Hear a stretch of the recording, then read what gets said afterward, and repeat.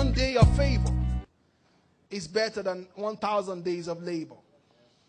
One day of favor in the place where God has planted you is far, far, far much more better than 1,000 days of labor in a place where you have not been planted. Hallelujah. How do you excel at work? It starts from first discovering what you are meant to be doing and the area where you are meant to be playing your trade. There are so many young people in here. A lot of people have walked up to me all over the world saying, I need a job. And the first question, what kind of job are you looking for? The person that tells me any job, as far as I'm concerned, is not serious. Because there is no job like any job. Just get me anything. I can do anything. In fact, somebody even said many, many years ago, I will never forget, that's one of the classics. He's a believer. I was interviewing him, and that was when I was working for Ericsson. I was about to exit Ericsson at the time in 2004, so I was looking for a replacement engineer. And then this guy, I said, okay, tell me about yourself. What can you do? He says, I can do all things through Christ that strengthens me. Then I realized that because he must have realized that I was a minister, right? I was a preacher. Probably I was Googled on the internet, I saw my name. Oh, so he thought, okay, this guy is a Christian, a believer, so therefore, when I speak Christianese to him at the interview, that maybe he will give me the job. So I was trying to help him. I said, no, I'm not talking about that. I'm saying, what are your area of strength? I mean, you're coming into the telecom industry. You need to be able to tell me your background. Why do you think you deserve the job? What are your area of strength in the technology area? They said, what are your strengths? He said, the joy of the Lord is my strength. And that was the end of the interview. I lie not. I had to chase him out.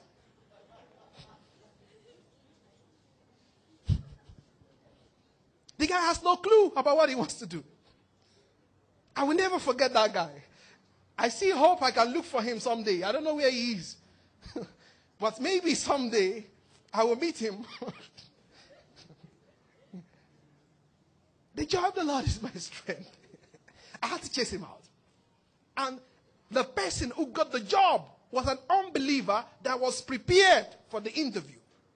Understood the kind of job he wants to do, understood the area that he wants to add value, understood the background is what we call transferable skills. The skills that he had in previous job or in previous experience that he could transfer to the current job that we are advertising. Even though he has never done anything telecom, he got the job. This guy that got the job, I met him in Uganda last year. He was a consultant working for Ericsson in Uganda. And then after having talked with him, he says, Femi, you know what? My next place, I'm going to be going to Angola. I was so excited for him. And I remembered that this, my guy, the Christian brother, could have been that consultant flying all over the place. If only. Because the job was so open. A lot of you go to job interviews thinking that, oh, I need to have a godfather. I need to have somebody who knows you, who I know somebody. No, you don't need to know people every time. There are jobs that you get because you know people. I will not lie. But for those of you that do not have connection in form of a physical person, you have a divine connection in form of a spiritual father, but that connection expects you to come prepared.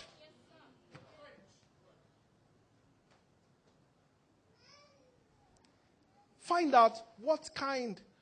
Don't just say I'm looking for a job. What kind of a job? In what kind of a role? In what kind of an industry are you looking for?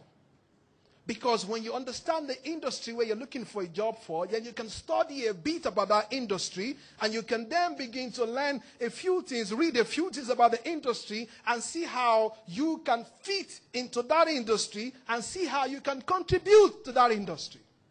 And if you do not have a full understanding, or you cannot get a full material about that industry, I'm going to tell you the next thing. Locate any company that is within that industry and offer your service for free, so that you can learn what goes on in that place. I did that before. So it is not something I'm telling you to do that I have not done. I have worked for free before. No salary. Because I wanted to learn how the technology and the computer industry worked. So they were so gracious, they were giving me transportation money. My take home could not take me home. And I had to walk several distances in order to be able to minimize my transport fare so that I can hop on the next bus that will take me to work every day for 4 months so that I can learn. Because I realized that we work to learn, not just to earn. Because whatever it is that we learn will determine to the extent to which we're going to earn.